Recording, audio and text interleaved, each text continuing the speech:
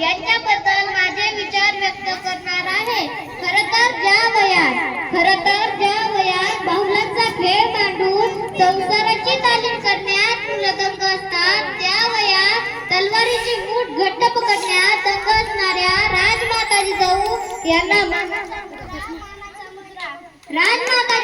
यांचा जन्म बुलढाणा जिल्ह्यातील सिंदखेड राजा येथील लखुजीराव जाधव व माळसा राणी यांच्या राजघराण्यात 12 जानेवारी 1598 रोजी झाला.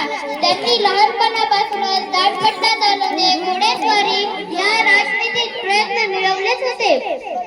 खरं सांगायचे झाले तर राजमाता जिजाऊ या साधारण स्त्री कदापि नव्हत्या. जिने प्रत्येक मावळ्याच्या रक्तात स्वाभिमान घडवला.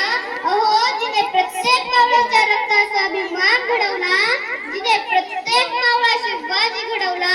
जिने प्रत्येक मावळा शिवाजी घडवला. जिने पत्नी म्हणून शहाजीराजांना प्रत्येक वेळी धीर दिला. जिने पत्नी म्हणून शहाजीराजांना प्रत्येक वेळी धीर दिला. जिने शिवबांच्या मातृत्वाबरोबरच गुरुतत्वही स्वीकारले, ती माता साधारण कशी? माता ही खरंच कलावंत असते. तिने दिलेले ज्ञान एखाद्या ग्रंथापेक्षाही पवित्र आणि प्रभावशाली असते.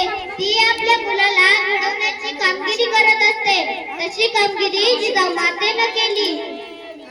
तिने आपल्या शिवबांना आपल्या ज्ञानाने, बोधाने इतके प्रभावशाली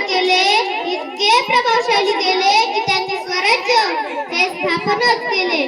म्हणून राजमाता जिजाऊ या देववादी नाही तर त्या प्रयत्नवादी होत्या. जाता जाता एवढेच म्हणते, ना वाकायचे ना झुकायचे, ना वाकायचे ना झुकायचे, अन्यायाविरुद्ध पैठून वार करायचे, सन्मानानेच जगायचे, सन्मानानेच मरायचे. बोला जय जिजाऊ.